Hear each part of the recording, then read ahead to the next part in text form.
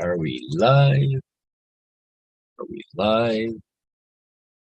Live.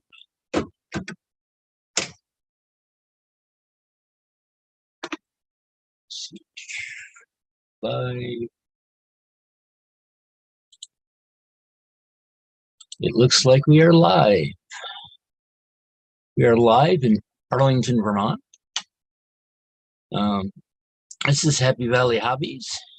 I'm Mr. Katie, and these are hobbies that make me happy. Now, for people who have normally look at my channel, will notice, usually there's either the longest time there was like a black screen or a green screen. As you can see, the green screen is showing what's behind the screen.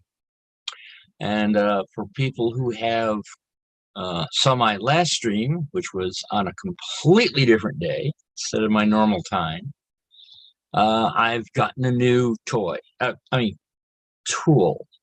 which is a lathe. It's a sort of a side hobby of what model trains can be. Some guys, you turn around and you can make your own wheels. Since I do the Centennial, and also the locomotives that are used at that time. Also uses a lot of round, steam engines. So you can do things like doing your own drivers, steam domes, sand domes, bells, whistles, and things that might not be available commercially. You also notice I have a 3D printer, which I bought pretty much close to the beginning of the pandemic, or close to it. I'm still learning on how to use that. There's also a wash and cure station right there by Anycubic. This is by a company called Frozen, spelled with a PH. None of this is sponsored by any of them, but at least right now. And also you can see some of the buildings that I've, built during the pandemic. But yeah, I wound up buying a lathe, to do things that do a lot of stuff in metal, because the 3D printer cannot do metal wheels. It's a resin printer. So I needed another thing in my arsenal to do stuff. At the last video I did, basically it was an unboxing to show you what was in the box. Now the thing is that with this particular lathe by Micromart, some assembly is required, so I wasn't able to do anything with it. I got it together in as built configuration. However, I bought the hot rod kit, which basically we have different wheels. Let me switch cameras to show you all the stuff for that. Go from there. And so this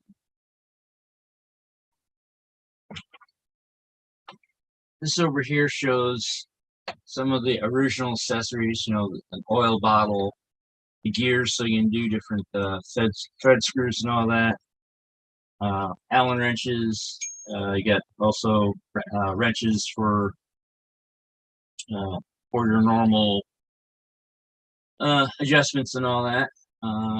This is what's called a dead center. Basically, this goes onto the tailstock, so you can keep steady things on the rails. or on the lathe. This is a chuck key for the three-jaw chuck that comes with it, so it can hold your parts. And then these are the chuck comes with actually two sets of key, chucks, or oh, I'm blanking out on what these are. Jaws. And the thing is that one set of jaws is designed to hold from this end, and then this set is designed to hold from this side. So this normally grabs the outside, and the other set that's already installed on the jaw connects, holds the inside of parts.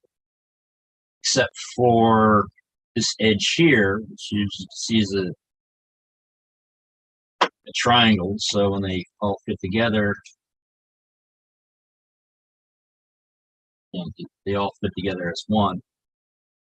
And normally the reason why this is for the inside, except for the ones that are installed on it,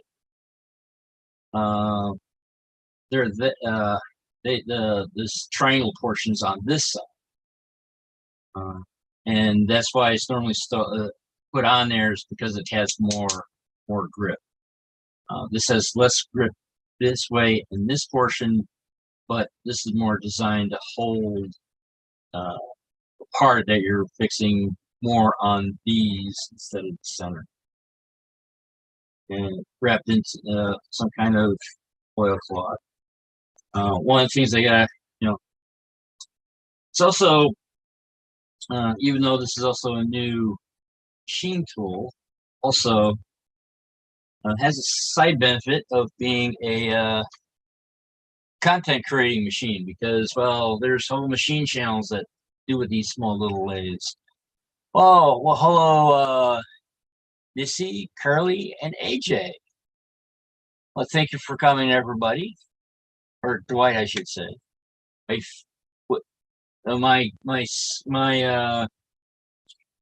My studio setup is still not set properly for doing. It's still separated from where the workbench is, so it still winds up being discombobulated. But as I was saying at the beginning of this, I bought what was called the hot rod set. Mainly, not necessarily. It was not necessary for everything, but one of the important details, which I think is underneath this. I bought it with the hot rod kit and also the starter set. Not quite sure why they didn't have this a starter set combined with the lathe. I don't know, but the hot rod set consists of having pretty wheels, basically replacing the different levers with more chrome parts. So let me switch over the camera so I can show you which wheels are being replaced. Oops, I turned the camera off. That's not what I wanted. I wanted a different camera. This camera. All right. But you probably can't really see it from here because, well, they are black wheels. But this wheel is going to wind up being replaced, so you can actually see it on camera. And the other one would be this one over here, which, yeah, again, you'll be able, the camera will be able to see them. I was when I was putting this together, I was thinking that this was going to be the final location, because I originally had bought a tool cabinet from Home Depot to put this on, and then I decided, well, we'll put it on this Harbor Freight workbench because it's a little bit more, I guess workbench-ish instead of just having a flat flat thing. The workbench is actually over here, which currently has the box, still has the boxes that the lathe came in. So I'm still everything. Of course, with a new thing, you got everything all thrown over the place.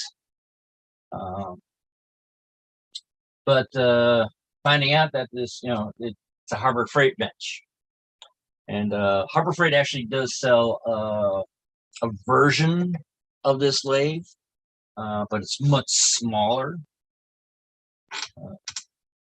And also another reason that now this, out of all the Chinese lathes that are manufactured out there, this is one of the higher end ones they have. And the one main reason why I decided to get this one instead of any of the others is that, well, they call it true inch. The thing is that the other ones do inches also, but I think they should have a different name than true inch.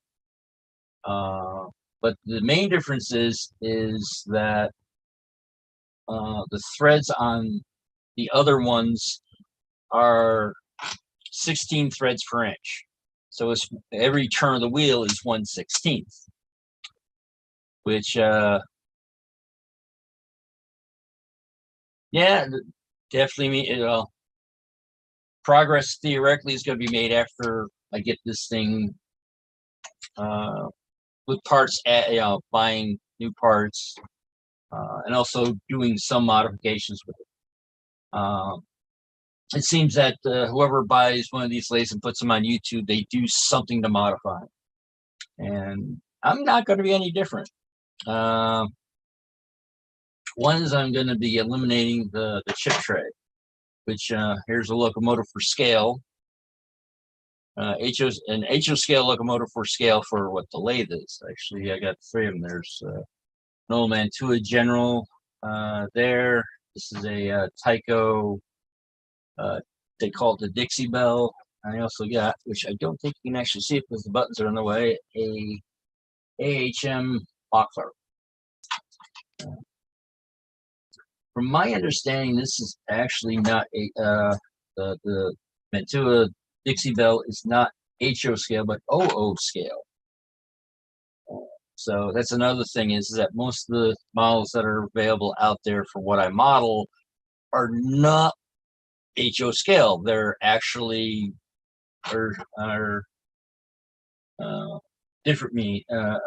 They make it a larger scale so they can fit the motor in. So this, even though the prototype is Sierra number 3, it's actually sort of like a narrow gauge version of it because since it's a larger scale, the wheels wind up being.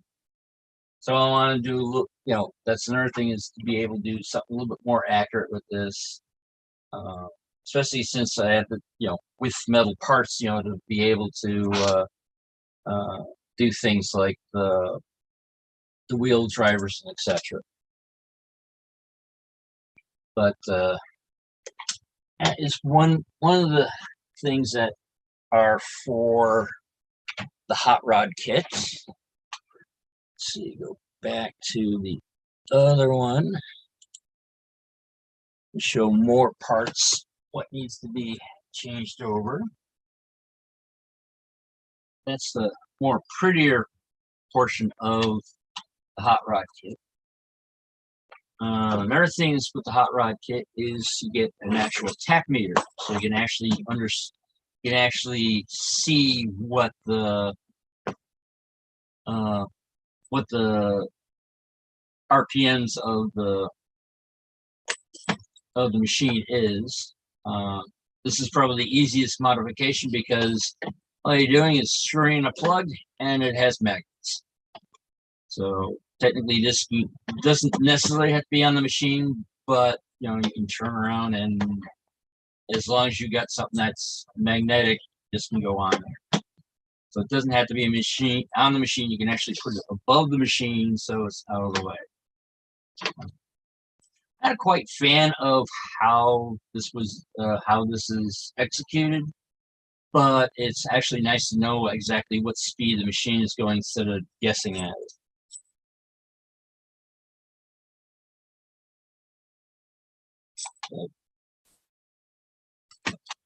Alright. That out of the way for now. On the Harbor Freight. So let's see. This is all right. This is the main reason that I bought the hot rod kit. Is that these are the gears that come with it, which are they're plastic. Not exactly. I think it's Delrin. I'm not sure. But the main thing with the hot rod accessory kit is that everything's made out of actual metal. Ring real nicely. So the plastic gears do have a tendency to break. But I was told by seasoned machinists that keep the plastic ones and practice on them. So if you do something stupid, you're not breaking the expensive gears. So that's what I'll do that way. And then that is the hot rod kit. So the second thing that I bought was the starter set, which to me that they do have something with the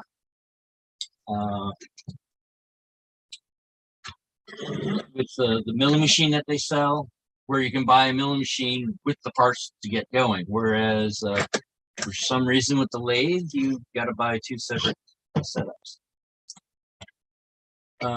Let's grab the stuff that's already out in the open. Now, this is what's called a dead center. It's a single piece. The advantage with this is that they're usually made very precise, and they don't take that much room when they're in the tailstock. The problem is with this is that since it's a single piece, this does not revolve. So you have to put like grease or something in there when you're holding the piece, to keep it from going out around or something like that. This can get pretty hot. So with the starter set, they have what's called a this is a live sensor, and this actually has like two ball bearings right next to each other, and so they can spin. It's very hard to tell on camera, so let me grab a piece of tape or something to make it obvious that it's spinning. Hold on 1 second.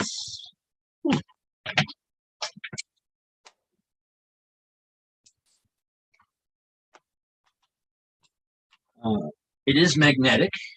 You can see with the magnet here. And this actually spins, so there's no friction on the edge of the part, and so there's no heat. Now, the disadvantage with this, as you can see, it's a little bit longer, so you wind up losing about an inch or so of capacity. One of the interesting things is that there's a lot of times I see people, showing these things off, and they have a tendency to turn around and say, "But hey, wait a minute, it's not the correct size." They say it's the size of the. They say what the size is, and it's not the correct size. Well, there's a reason for that, because they're measuring it incorrectly. When they measure a lathe, it's called measuring between centers, and basically you wind up taking your tailstock, bring it all the way to the end.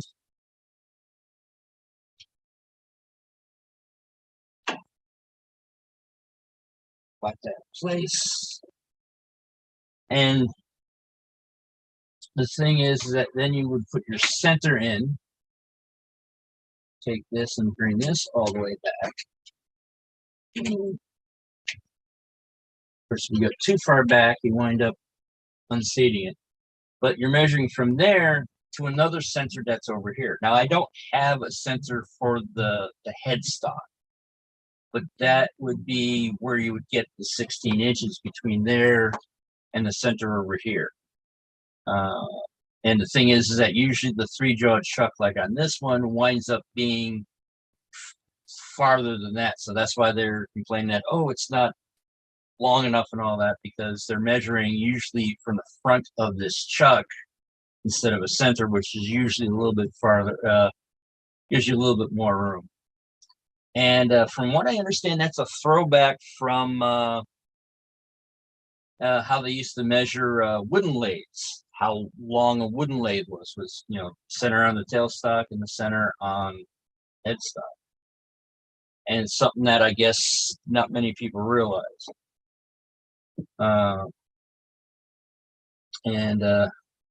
Also another unique feature of this lathe is the guard. Mostly the guards have a safety switch and go over the chuck.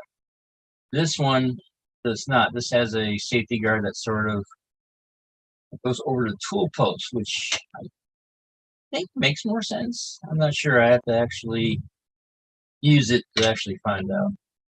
I have assembled it, but I haven't adjusted anything. Basically, I want to show people what it looks like in its, I guess, standard form before start modifying it. You know, first thing I am going to do is put the hot rod kit on there, which, you know, you're taking off taking off these different handles and all that and replacing them with nicer handles. That's the most obvious. That would be the most I want to say obvious thing that would be seen that there was a change. Then adding the tach meter, which is not as obvious. Well, I mean, once you plug the wire in there, and stuff like that, and then the metal gears, you know, you can't see it. You know, they're behind the cover, so you can't see them anyway. But all right, I have gotten completely sidetracked on that. But I am going to see about keeping a sort of like a running tab of things parts that I made for it or bought for it, and then modifications I've done to it. So I'm not going to go.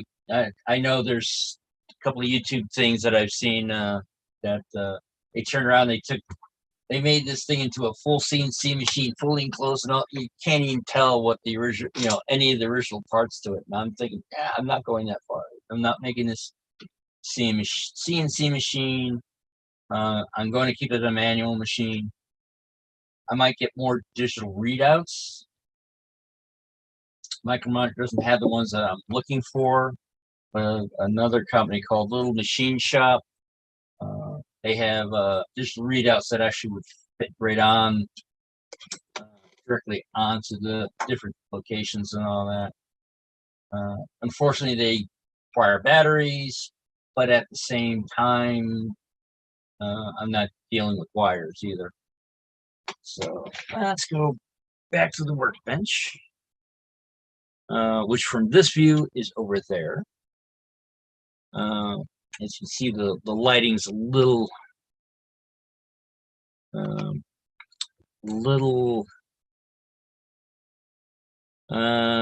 want to say, not set up with the cameras. That's the best way I could say it. They're at least the ones that I have right now are not the ones that I rather use and all that. Unfortunately, with these cameras, have a tendency to they have blank they have lines in them that make them look ugly.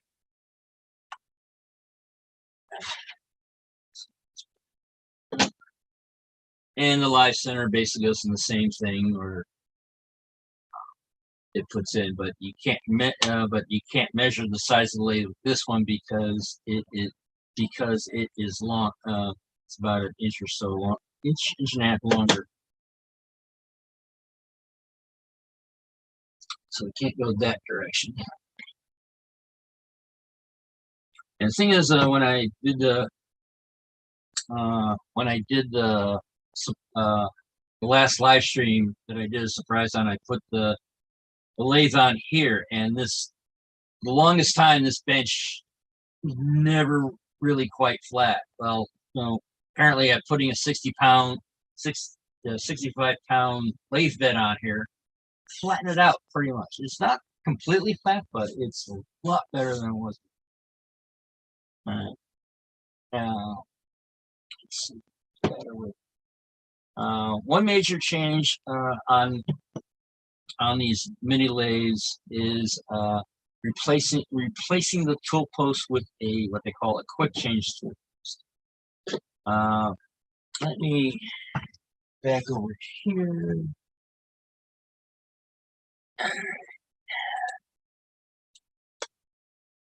Back over here, and this. So right here's the tool post, which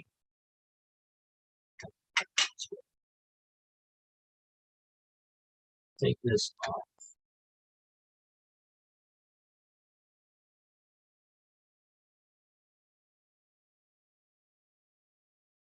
Now this particular tool post is designed so you can actually have 4 different tools on it, cutting tools. All right, let's switch cameras again.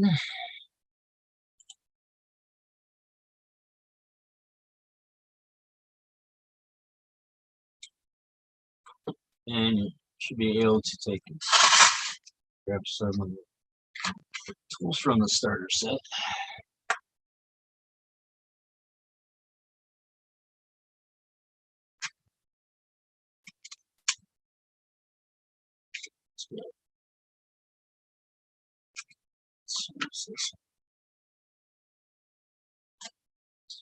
All right, that's one. But this is a cutting tool. This turns around and cuts the metal depending on which direction that you're going, this way or that way. As you see with these, there are different styles. You got ones that this way, you got that way. This is for very narrow. 2 on the outside are for very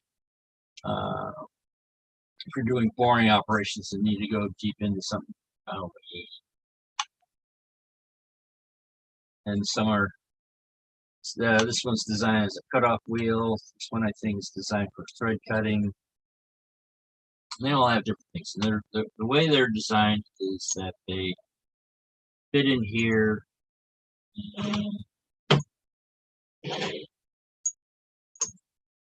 Go in here, tighten these down to keep them steady. Now the thing is that with the lathe tools, that you want them sort of close as possible. So because there's a lot of cutting force this way, so farther out it is, the more it has a tendency to bend. And these, I believe, are high-speed steel with a carbide tip welded onto it. But the way this is set up is that it can hold 4 of them.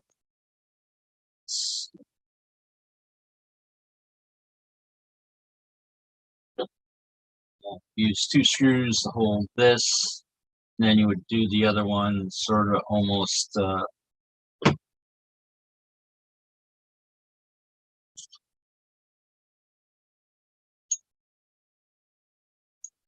sort of like this.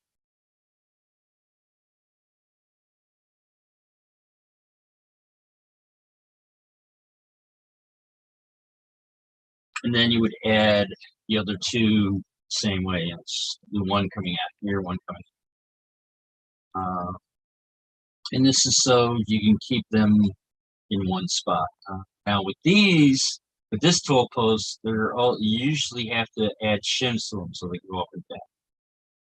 Also, because there's so much stick out, what a lot of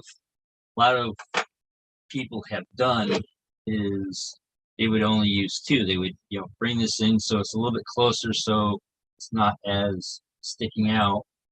Plus, you're also got three screws setting them in instead of two, and then I have the other one on this side also being held in by three. A lot of times that I've seen is that they would have like a generic cutter on one side and then a cutoff tool on the other. But it winds up limiting you to basically four or two cutters. What the quick change tool post does is that this right here replaces this. And then what it is that you have, depending on the setup and all that, there's some way to keep things from moving, and then you can turn around and change using different tool posts.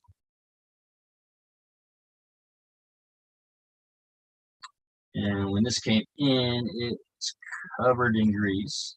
Haven't gotten all the grease off.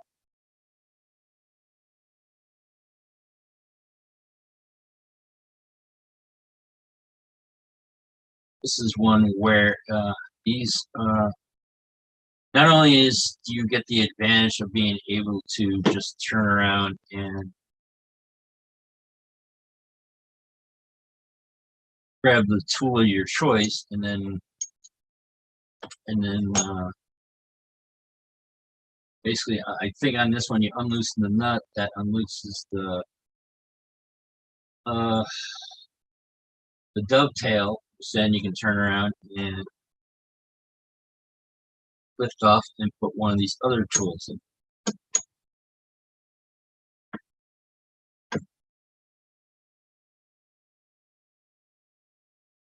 And basically it turns where this is sort of like soldered in. These would be sort of like plugs, so you can plug different things like different cartridges. Fortunately, I have been trying to take this off, but I don't have the leverage, so I actually have to turn around and put it on. Since we're going to put it on, we'll grab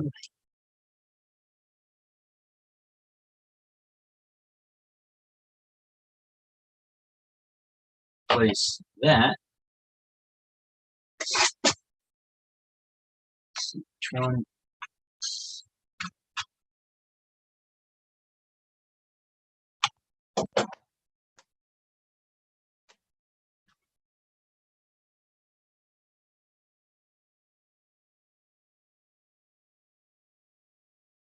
All right. It's this one. This one, as you see, has a limit. This does not. That's the one to replace this. So we're going to replace both at the same time of the fancy chrome handle at the same time of changing the tool post. And actually, let's go with the other camera. Ta-da! All right. So basically,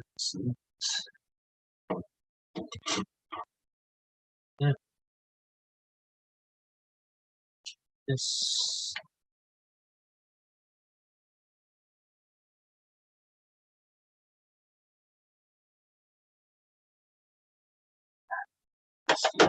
Sorry about that. Assumption that I have the same screws. Yes, this has a larger hole. That's there's. I would say there's no instructions on which one it's where.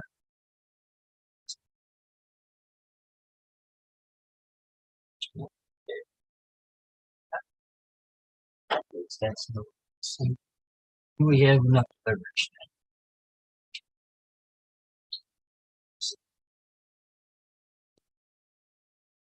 Yes.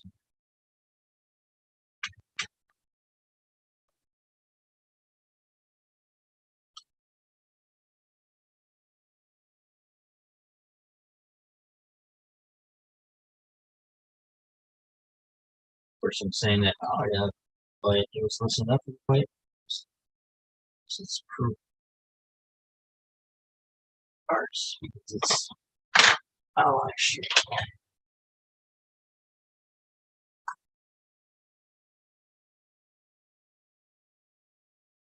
There.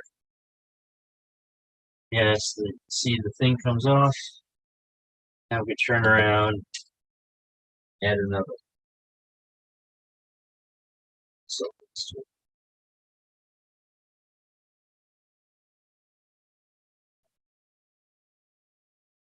but still covered. So it's one.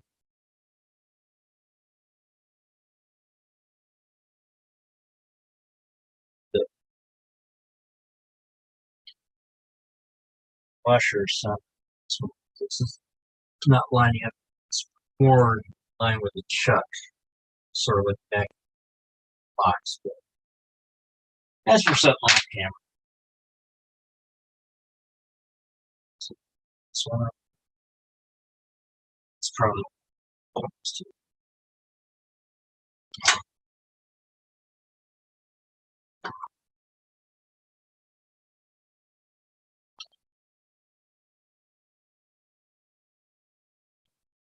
that one actually goes on the last one. This one.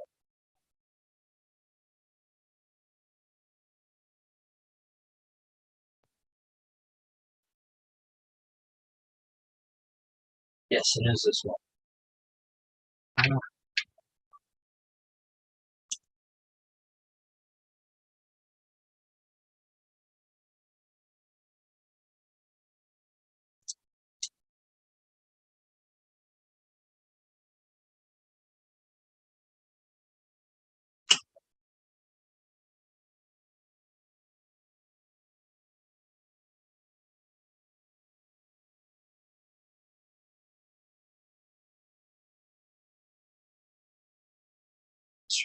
Most of it, we're using set screw.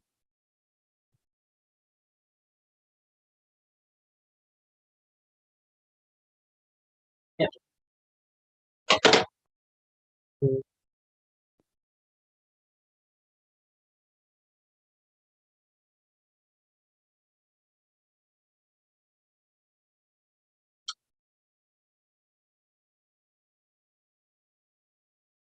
And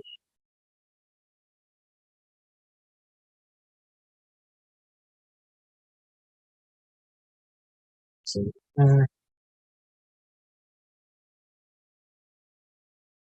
probably off camera when I turn around and adjust everything. We'll be adding small bits of Loctite on stuff.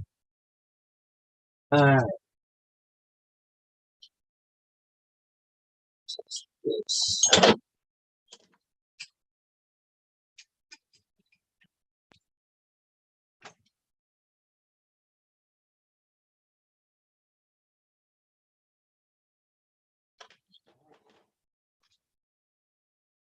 Set screw.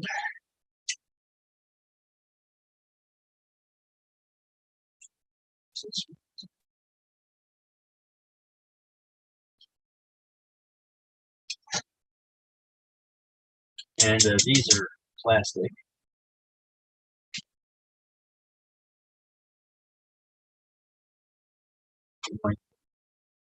And it looks like we're also reusing the set screw.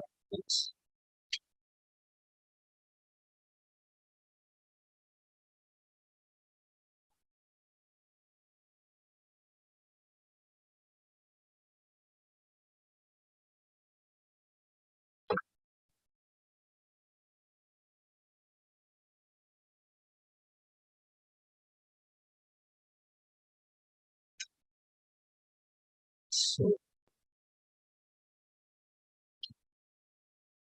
interesting.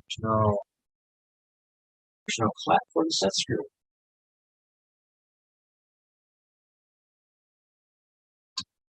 So it's like, then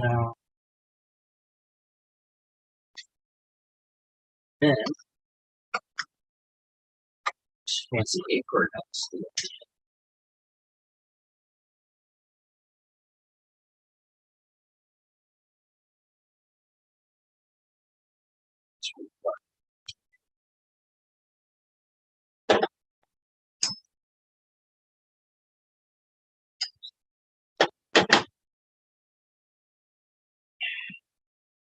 All the way in. Of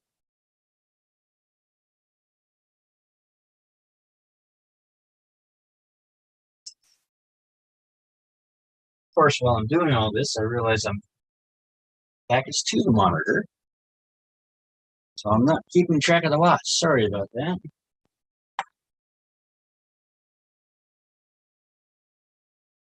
This that.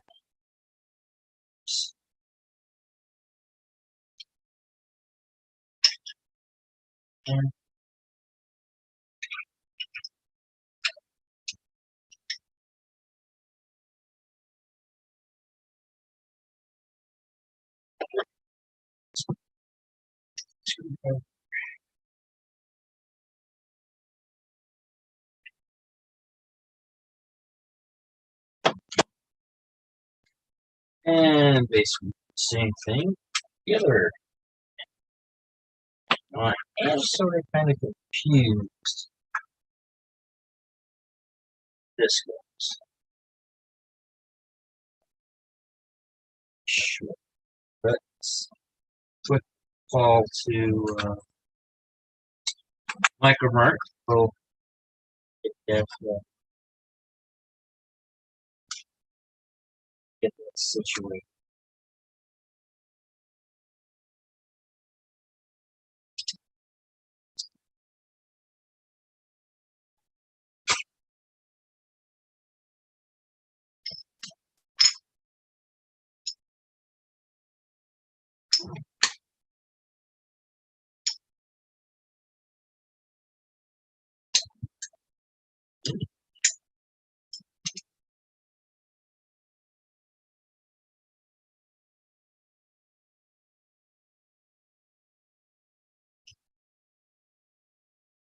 Right?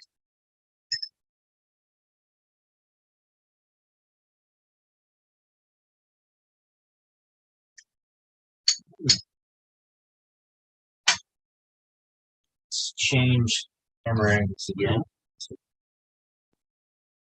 Oh yeah, you can still see me.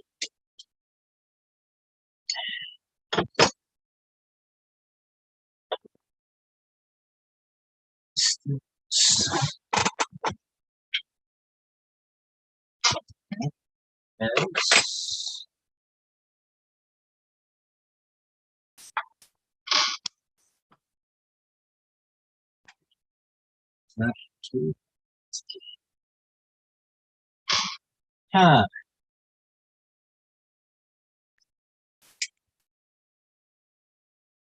Oh.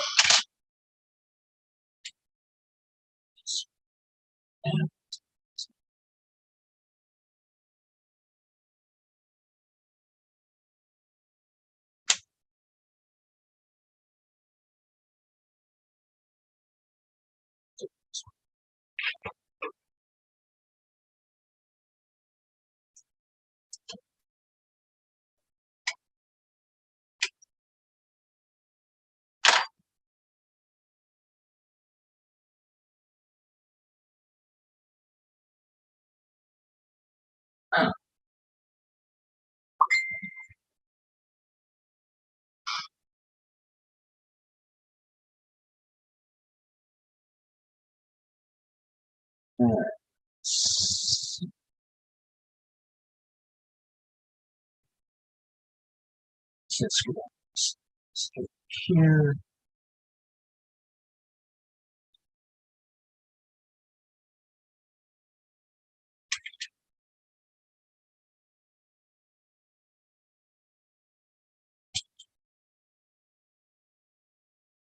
So right now, I would have to admit that the content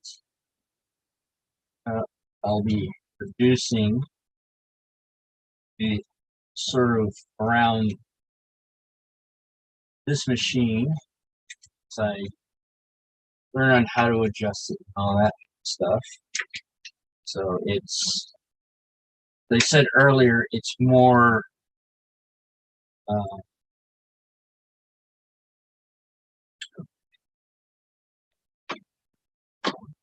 it's more I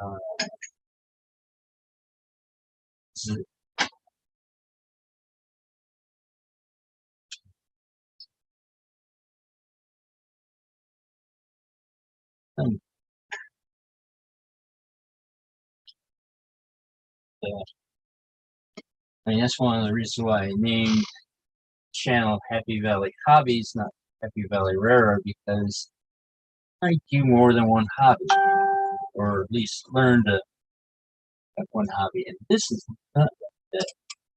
Or ooh,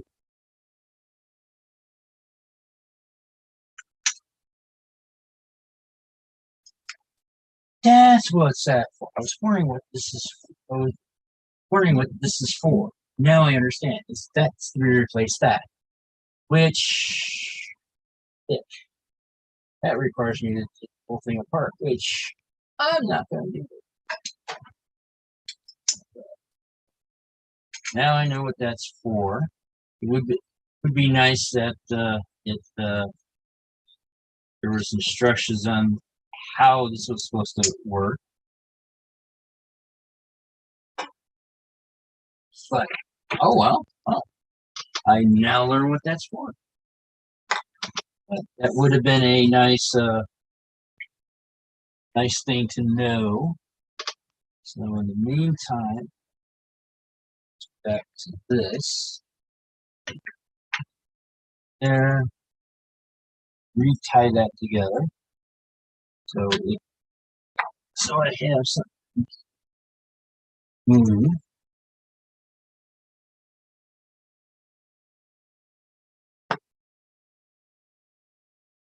It is one of those things that going like, oh, this is completely obvious, but would have been nice to know that I would have to take the whole machine apart to put that on.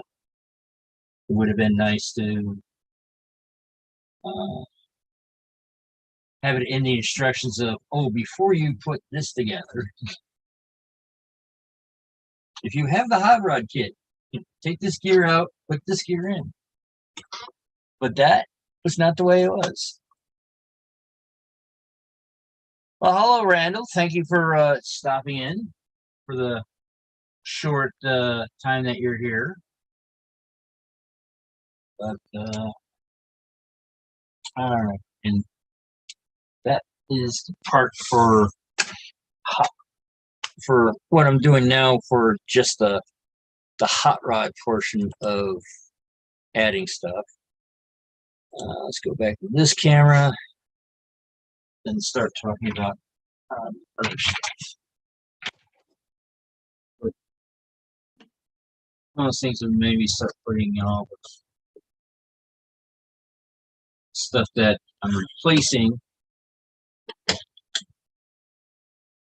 I know I want to replace one YouTube channel. They take all their their stuff and all that and put it sides, in a trash bin and all that. Might do something very similar. Because if a new part breaks, it's good to know that have a part, have an old part of that. Let's try that. So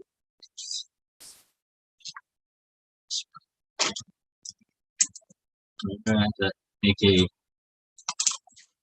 better place to keep these.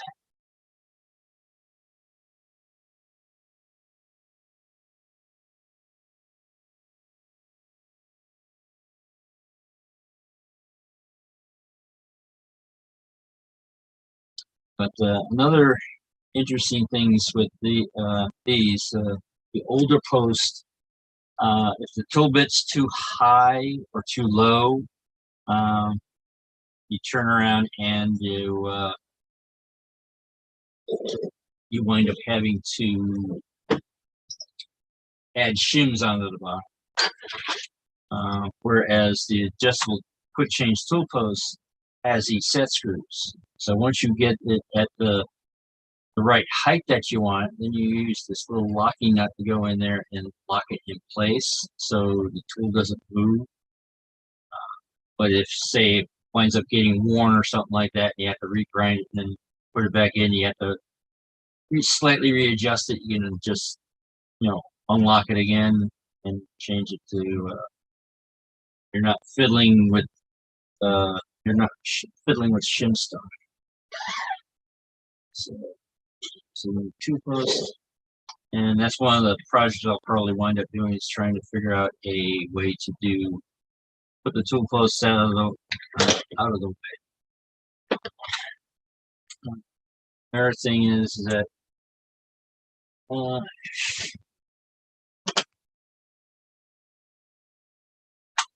this is a cutoff blade.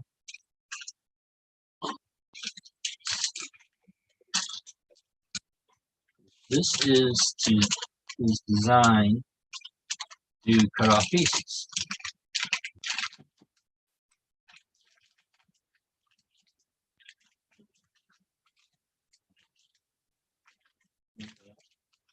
This, besides a normal forming tool, it's probably the most used cutting tool.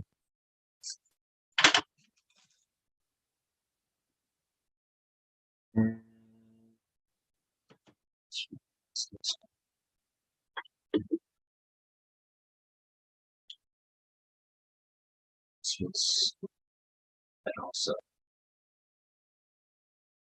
So one that fits the cutting tool, the cutoff tool, also fits the quick change tool posts. So, yay! And as you can see, it's a very long thing to cut off. There was someone who turned around and made a quick change tool post with a built-in thing for the cutoff blade. As you see, the cutoff blade, this one's much longer. This can only cut up to things only about that much in radius, whereas you can go pretty nuts on this particular one. And what else is in the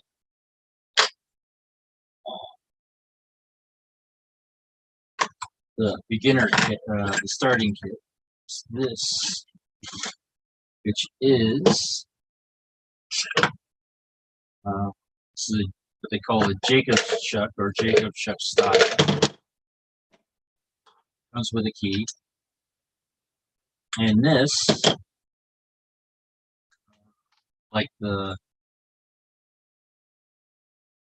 life center, goes into the tailstock. And one of the major differences between drilling holes in a lathe and drilling holes in a drill press or milling machine or anything like that, normally the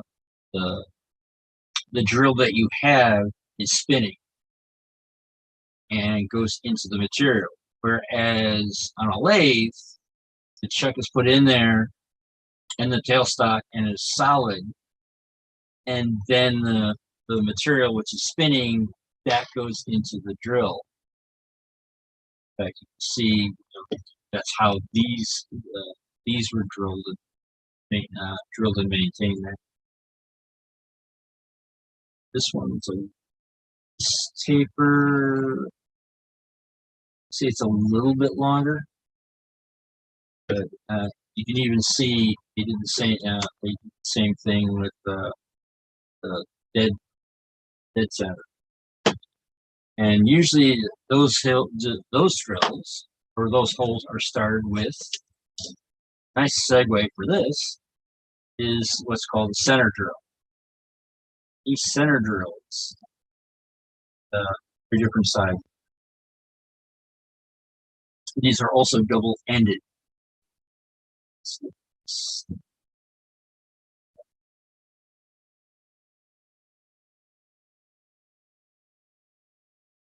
And with doing stuff with model trains, I'll probably use the smallest one.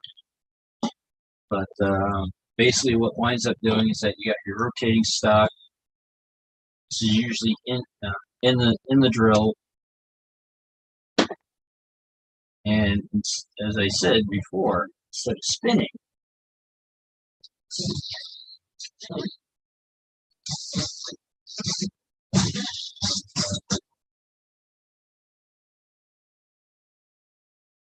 apparently, now realize that the person that maintains lawn is outside, so I'm not sure if you can hear the weed eater or not. Oh, hello, Dan. Thank you for coming in for lunch. I'm showing off, basically my parts of the new tool that I have, which is a Microlux 7x16 lathe. These are some of the parts that some parts that I've actually bought extra to do, but to explain on how the chuck how this works, switch camera angles again. I'm using all the cameras today. Alright. And then what this does is this goes into the tailstock, like so. And then your rotating part that you're drilling a hole would go in here, and that's where you would use this, it's called a center drill. And that's basically just to start the hole, to make it sure that it's all concentric and all that, or you use a normal size drill on. And then make the appropriate, and turn around and make the appropriate depth of hole that you want. Now, one interesting thing is that with the tailstock is that it also, once you unlock it, you can either unlock it this one, which makes the whole thing slide back and forth, or if you want something that's a little bit more precise, where you're only doing it, like with the drilling operation, where you're going real slow. This acts like a quill on a drill press, and then pushes the drill into your material. But this is stationary. This does supposed to be.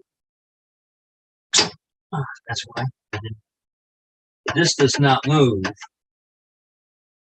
But since your material is moving and spinning, that's what ends up doing the cutting areas,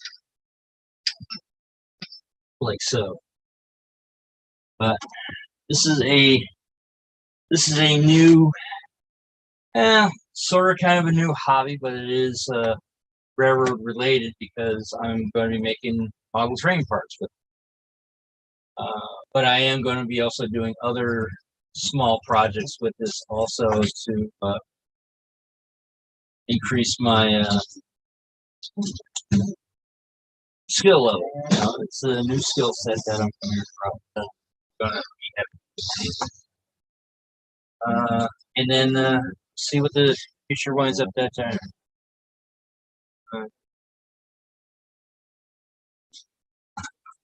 Follow Tim email Yoder. Yeah, autocorrect sucks. But yeah, woodworking. Woodworking is another way I could have done this. But the thing is that with the interesting thing is with a metal lathe is that not many people. I've seen people do woodworking on a metal lathe because basically it's all lathes are basically you got a headstock spinning something and you got something that holds the tool that does cutting. So I have been warned not to use these for woodworking. So I don't know how true that is, or how harmful wood is. From what I understand, what wood does is it sucks the oil out of the machine and ruins bearings and bearing surfaces. Not sure how true that is, but it is one of those things. I also don't want to go hurting the lathe if that is possible. But they do have something that would fit onto the tool post and had where you would have your it would be like a bar that's I think sticks out a little bit, so you can do I guess traditional woodworking on it. So the way I look at it is, well, they do make there's an accessory to turn into a wood lathe. So my assumption is they because of legal reasons, if they have something that can turn, so you can turn wood on it, and that it shouldn't harm the machine, because I don't know anyone turns around and deliberately sells equipment and has an accessory that it can be used for something different. I mean, technically, probably not a smart idea, but yeah, I honestly don't know, but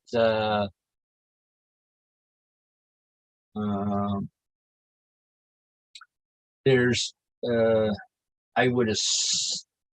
I have seen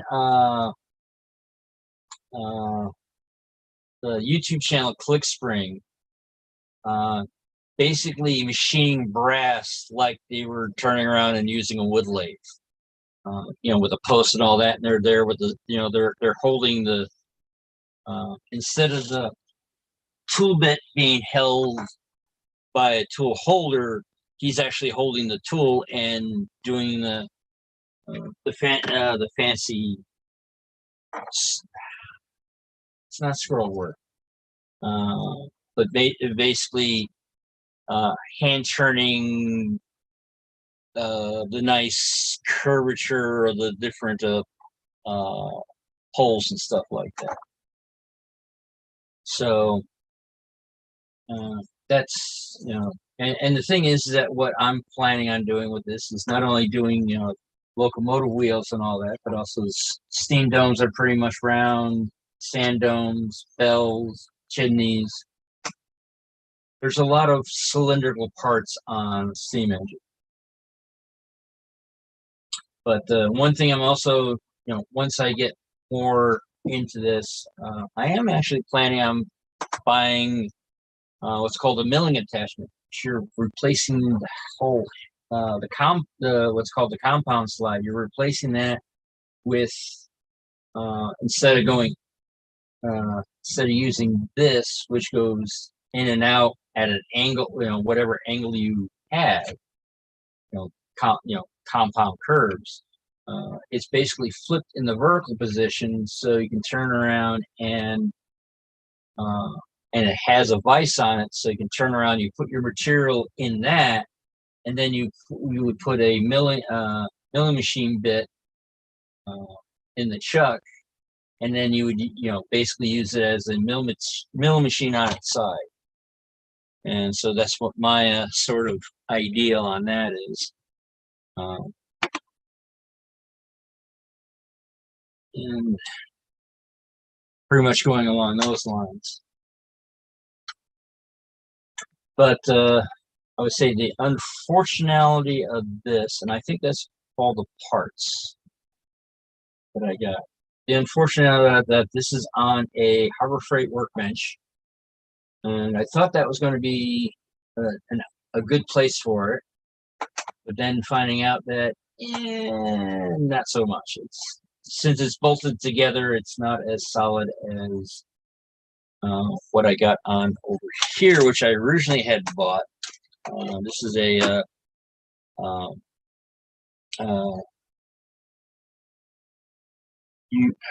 Home Depot machine chest. It's on wheels and etc. But I thought since the Harbor Freight doesn't have wheels, it'd be more solid. But since it's bolted together, it is not solid. So my original plan, I guess, is going to go through, and so I'm going to be bolting it onto this. This box is at the location of where the lathe will eventually be sitting on, which means I got to try to figure out different camera placements, which are pretty much it's one of the things you're learning. And my phone, of course, decides to come on. And so that's what the plans are on this. I am planning on buying more stuff, as I said before, with the milling attachment. It's the one I can think of right off the top of my head. Different styles of cutters. These cutters, from what I understand, are these little red cutters. They're pretty good at what they do, but they're also the cheapest thing. And so when these wear out, you have to turn around and buy a whole new thing. They do have ones where they do have ones that really they do have ones where the tips are replaceable. And so that's one of the things I'm going to see about getting one where the tips are they're like these small little triangles. So when a tip breaks off, and then money with the machine chest with a bench top. Yeah, I would say this. If I remember correctly, this is the Home Depot Husky brand. So it is the cheapest. I mean, they have ones for now. Not Ryobi, Milwaukee, which is all red. This is all black. Well, actually, the Husky ones do come in different colors, but black's the cheapest. All the other ones, they add almost a good $100 extra just for different paint. Now the lawnmower's good.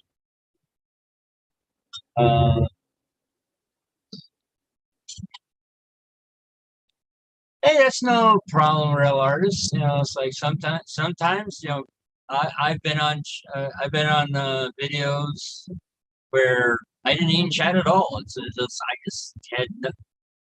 I was either had nothing to add to the conversation, or in some cases, maybe not. Since some of the ones I watch are like almost close to midnight and all that, I'm sort of like, it's like I'm not paying attention to chat at all. So, and the thing is, I think that's where you're going to get with that when you're doing YouTube. You're going to have a lot of people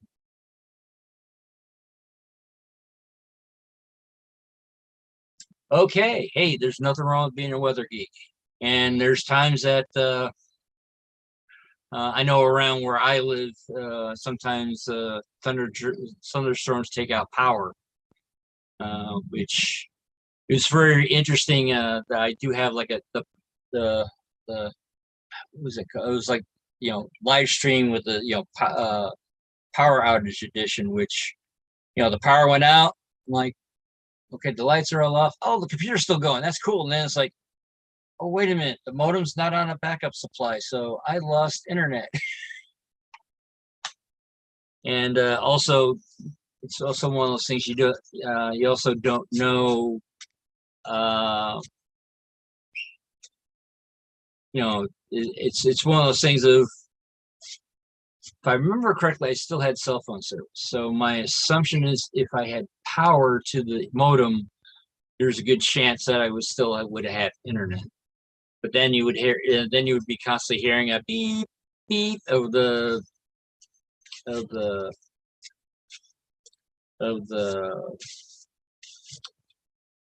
uninterruptible power supply beeping, saying that, hey, I'm not getting power, which is good when you're doing stuff and all that. But at the same time, it's like, okay, I'm ending the stream early then. But also another thing is because of this machine, you can actually turn around and make your own tools. One of the things I'm going to see about doing is a first project, after I get this thing all set up all nice and pretty, is to do a scriber. You need to get a hold of a scriber, or maybe a number 11 blade holder. Mainly because a lot of the stuff is like, oh, it's most of the tools are round stock, and so they have a tendency to roll. So I'm actually turning around and thinking on getting some hexagonal stock and making the same thing, but making it so that instead of having a round handle, they have a hexagonal one, so they don't go rolling away. And let's see, I'm trying to think of some of the other things that. But and not only that, some of the machining channels also turn around and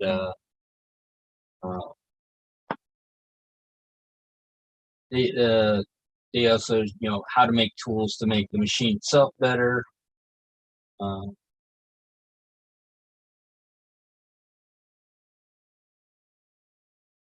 And some of the things another thing I'm gonna see about doing is making this a little bit more enclosed. Keep the chips in the machine instead of outside of the machine.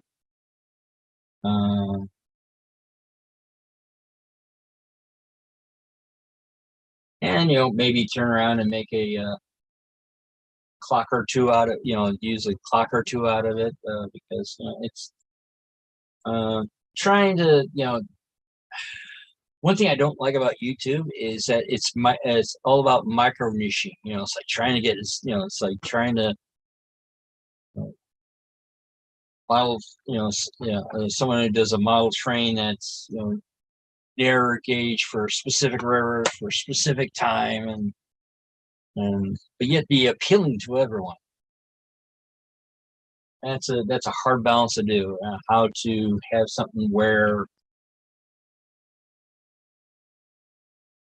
it has being a niche and a worldwide appeal at the same time is a challenge. I mean, that's just how it is. But out of all the machinist channels I've seen, I haven't seen any of them that really have that much on machining stuff. So it's one of those things of, if gets that way, it gets that way. If it doesn't, as I said a lot of times, I'm here showing off my different hobbies that I'm very passionate about. And if if it rings true with people, cool. If not, oh well. It will be a record for the future until YouTube goes away. One of the interesting things that I've noticed over the years, there a lot of people say, "Well, it's on the internet. It's on the internet forever." No, it's not. I mean, think LiveJournal, MySpace. Let's see what some of the other ones here. GeoCities. There's a lot of websites that wound up going belly up, and all their information goes right with them. So, but eventually, for a while now, it will be sort of focused on this new toy. But eventually, once I get more comfortable with this, to where I'm able to start making model train parts, then I'll start doing model train stuff again. But it also depends if I get frustrated with this enough. It's like, all right, I'm going to put a bridge together. And that's one of the advantages of having multiple hobbies. You get burned out on one and turn around and, all right, I'm going to play with this hobby for a while and all that, then come around and go back. But there is a very drama-full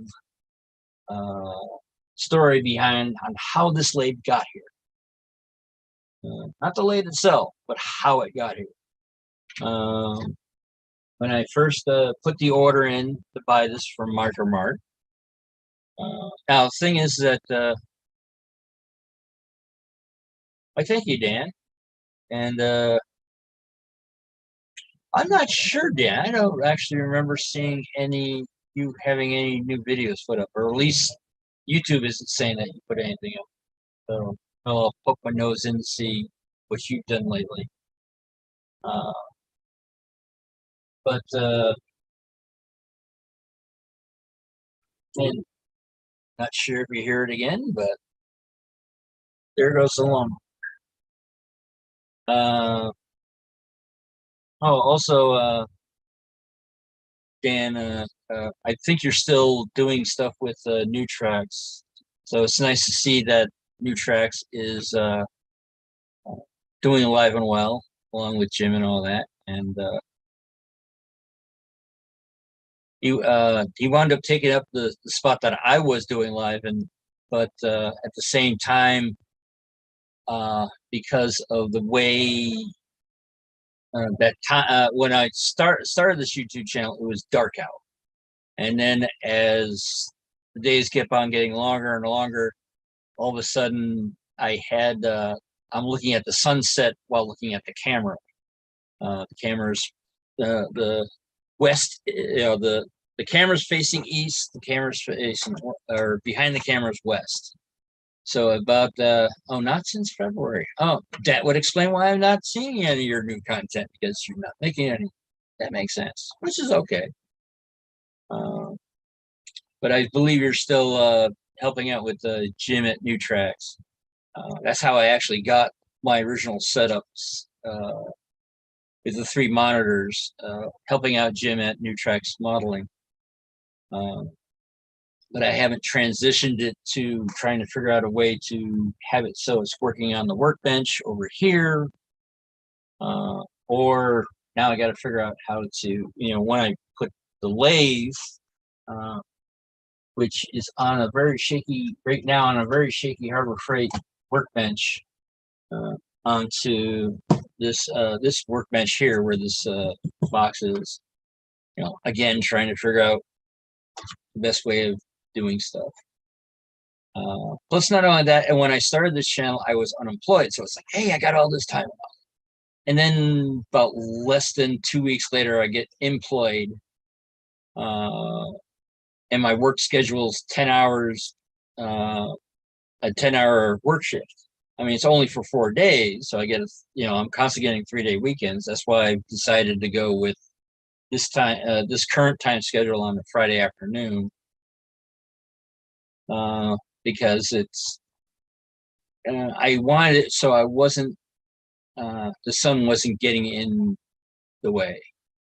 Not quite sure if it's going to go that way because, well, I got to wait for the time, for time to march on to see if that winds up being that way.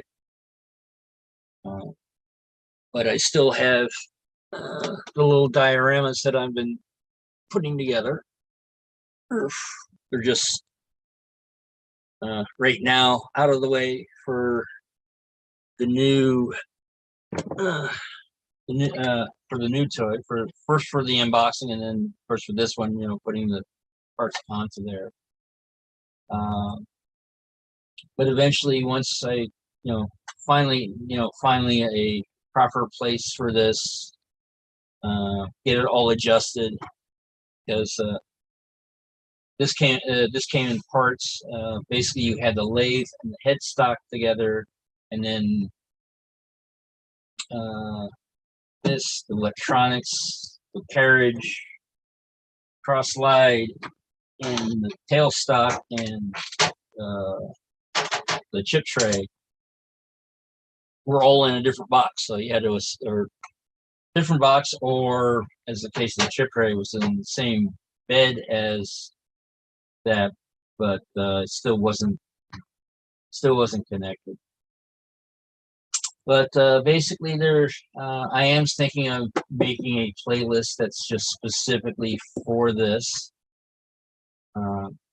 or anything I'm doing on it. So that means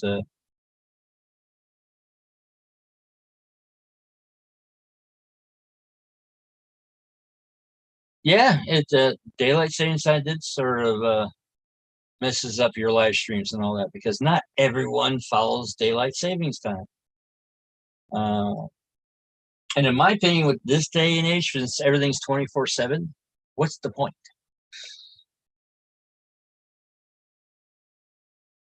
Originally, that was if I remember correctly, it was something like, oh, well, can let people, work later.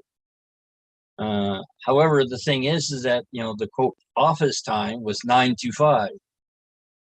It would have been it would have made much more sense to change the business hours to 8 to 4. Then, that would be the way to go. But I guess bankers' hours, bankers like to sleep in. So, but on daylight savings time, that's what the time is, 8 to 4.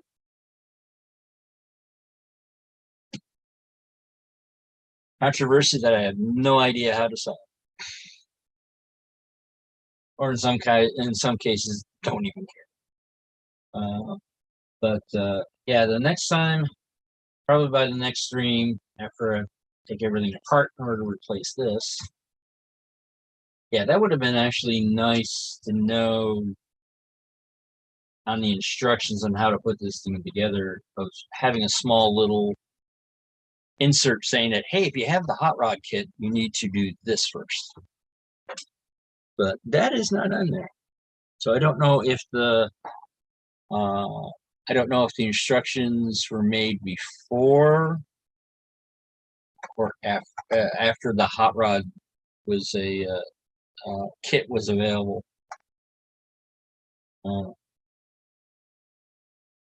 But yeah, because in order to replace this wheel, take this tailstock off, gotta take this bearing block off, push everything all the way over there, and it's not clean. So I need to go grab a bunch of paper towels to make it sure to make that a thing. But yeah, it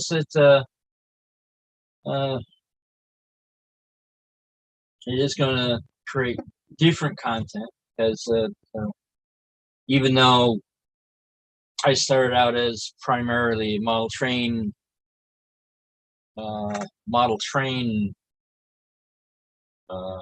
channel. Now I'm starting to branch into machinery, which a lot of the hobbies that I have sort of cross-pollinate on each other. Machining is one of those ones that, you don't necessarily, you're machining parts for whatever. So that's where that, it's a hobby that helps other hobbies. Same thing. I also planning on eventually also doing stuff with doing a bunch of stuff with electronics. Again, it's a hobby that helps other hobbies.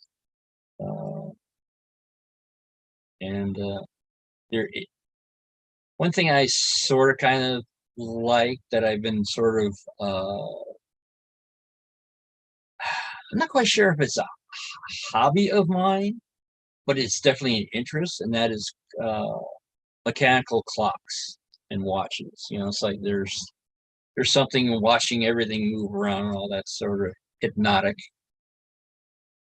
And I have looked at the different model train clocks and stuff like that, and said, all right, well, I'll try to make my own and see how well that goes.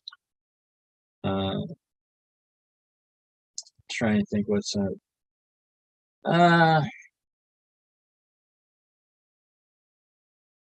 yeah, most of my other hobbies are not as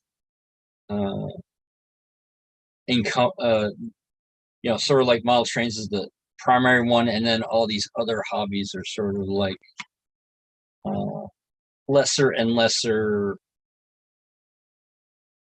Some, like the machining, is going to be sort of like really integrated with model trains. Clocks, that is, there is some history with clocks and railroads. The reason why we have time zones is because of the railroads, because you couldn't go by local time. Because if you're going north and south, there's no problem because the time is sort of kind of consistent. But when you're going east to west, time is slightly different. So it's basically coming up with time zones kept it so things would not wind up crashing into each other because of a timetable.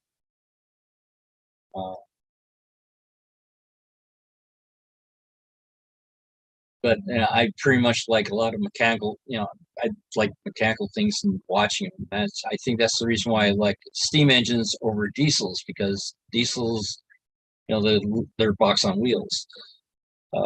Whereas a steam engine, a lot of the motion is sort of kind of on the outside. Well, thank you for coming, Dan. Yeah, see, since I'm watching this, I can actually see the chat. If I'm over here, I can't see the chat. Especially if I'm this way, I can't see the chat. So, yeah, thank you for coming around, Dan. And everybody else that has at least poked their nose in. And hopefully Rail Artist is not getting wet while watching the thunderstorm. Especially not getting hit by lightning. But it does look like that it's almost time to start wrapping this up. I wasn't planning on being done with the lathe this early. I thought there was going to be a lot more content involved, but just replacing this wheel apparently wound up shooting that down for a little bit. I probably could. Actually, I could have probably turned around and had the poking my stash in. Nice. Thank you, Lynn. But yeah, I think with the new time, I'm barely getting 5 people watching at a time. Uh-oh. You're just getting to distant thunder, but at least you're staying dry, real artist. But yeah, it says, this new time, I think I've lost a lot of people. I think I would get up to, trying to remember now. I think I hit at least double digits at my older time on Thursdays at 7.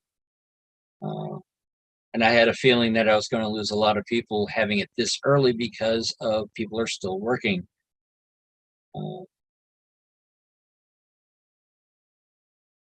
Moretta, Ohio, Waverly, West Virginia just are getting godsmacked. Yeah, yesterday we wound up having a pretty heavy rain here in, well, at my workplace at Manchester, Vermont. Manchester. It gets confusing. There's two Manchesters. You got Manchester Village and you got Manchester Center. I work in Manchester Center. They're right next to each other. Basically, Manchester Center is on top of the hill, and Manchester working. Well, that explains, railers, why you're here. I think most of them I've been getting on this one is retirees. Dan's model railroading journey. He came for lunch, so I could probably get people from lunch there. I was originally thinking of 11. That's what Humanity Junction was using before he got employed, because he was doing it twice a week. One was his current time, and then there was the time that he would do 11 o'clock on Friday. But Steve Childers wound up taking that position. I didn't want. It's one of those things of, I want to say I'm probably a little bit late in the game, because it looks like anyone who, of the different channels I've seen, they have been sort of, if they were like in 2021, they've gone nuts and all that. I started at the January 2020, and that's sort of your own boss, although retired. Still researching and writing my book and doing all the illustrations. Oh, that's interesting. What's the name of the book? And what's it about? I'm assuming by your handle, it has to do with railroads and artistry. That's just my thought.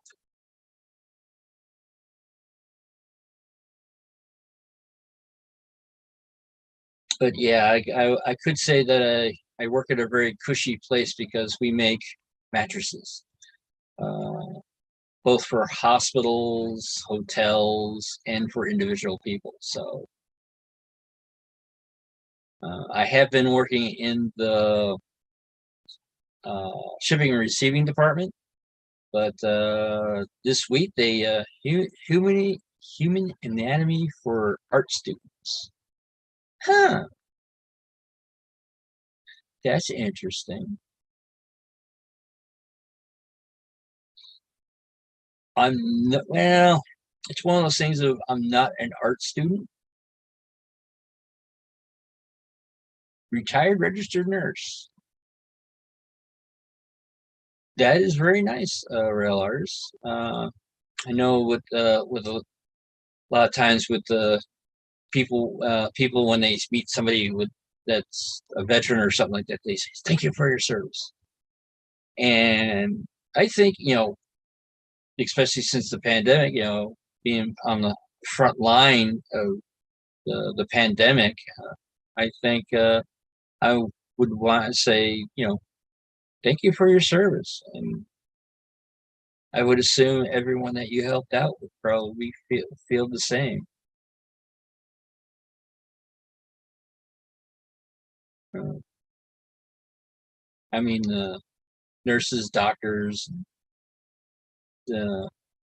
everybody else was considered a frontline responder, was getting a lot more love and respect than the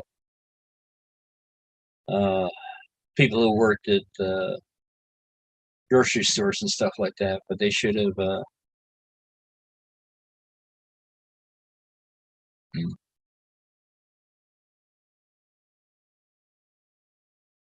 Well, then it's one of those things that it's not necessary to have something to share. I mean, as I say, somebody earlier said that they're just lurking and all that. It's like I've been on live chats and not, especially the ones that are late, like past midnight. I'm like, if it wasn't for autocorrect, I wouldn't be able to type anything.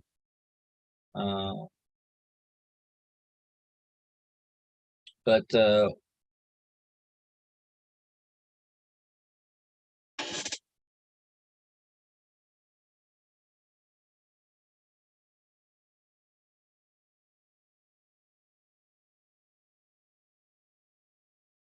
okay, Navy corpsman with the Marines. All right. Yeah, I have a friend of mine that's a corpsman. In fact, that's how he met his wife, was through the Navy. And I myself are, well, I guess it's one of those things of technically I'm an Army veteran, but since I was in the reserves, not in an active war and all that, I just don't get any of the benefits. So I guess I'm labeled as a peacetime veteran, which I thought was the point, was peacetime. But yeah, it's uh, for myself, I have mixed feelings with it. But I enjoy, I enjoyed the skill that I learned when I was in the service. I learned on how to make eyeglasses. So I actually had a career for a while making eyeglasses. Uh,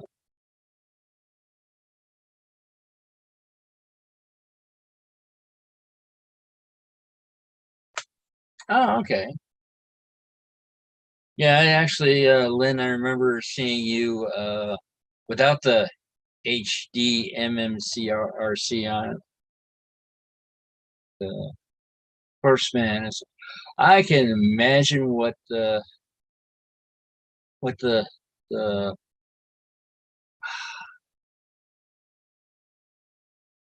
I don't think they were quite insults, but they're sort of like a corpse man. It's like sort of a poking fun at each other and all that. I remember one showing it's like uh, it was a meme where like one guy's yelling at it's like, "Arr," it's like we're our own thing and all that, and then it shows the Navy as an Uber driver going like, why is the person yelling at me? But I'm assuming the Army and the Air Force have similar nicknames for each other. Uh, it's one of those things that once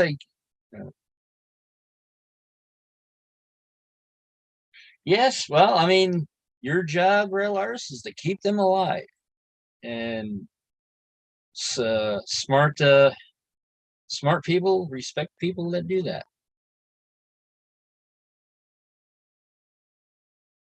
I mean, the thing is, I made eyeglasses, so it's one of those things of, uh, and it was for all the branches, and if anyone that was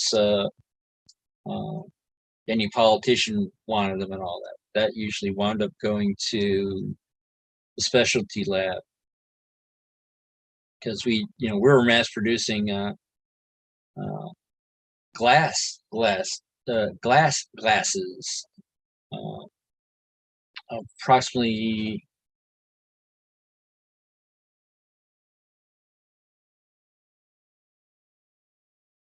And you real artists, I'm willing to bet that you have stories, but theoretically, I should have stopped 10 minutes ago. But yeah, because the reason why I picked this specific time is that well, originally it was 3 to 4, but Anthony Dodge, the outsider, he starts his Friday thing at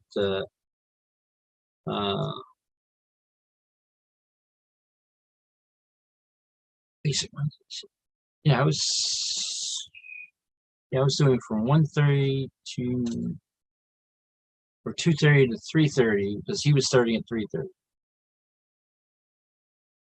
Or am I getting that completely wrong? I don't know. It's towards the end. I'm starting to lose track on stuff. And also the sun is starting to peek in. So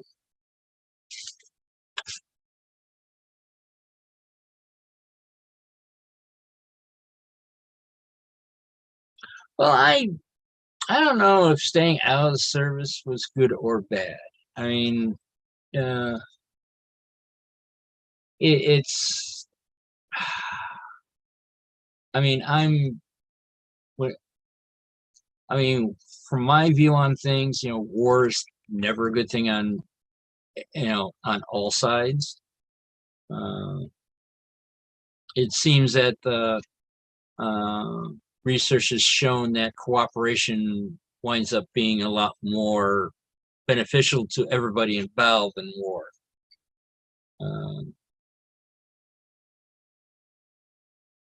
And usually, sometimes when it comes to war, there's usually a motivation that's not really told to people exactly what the motivation is. But that's just my viewpoint. You know, we all seem to be heroes in our own viewpoint. So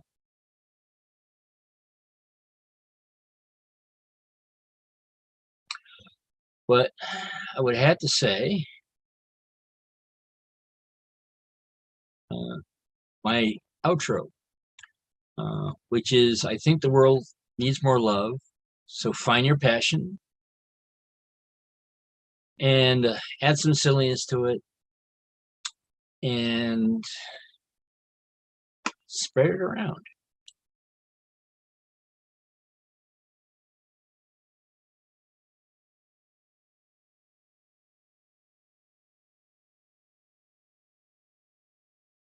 Oh, that's interesting, real artist.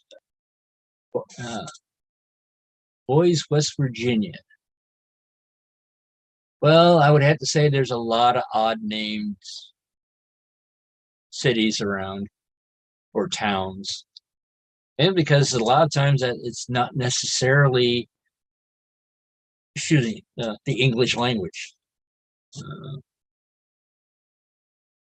There's some places where it's like, only the locals know how to actually say it correctly and all that, because they assume that it's an English word and it's not.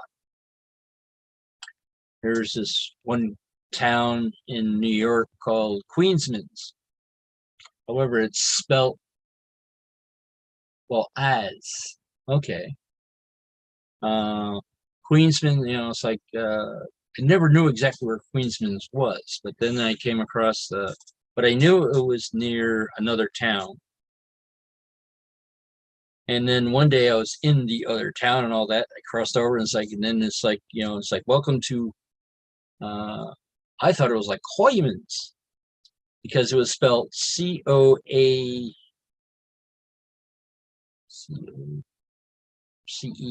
It was not spelled Queen.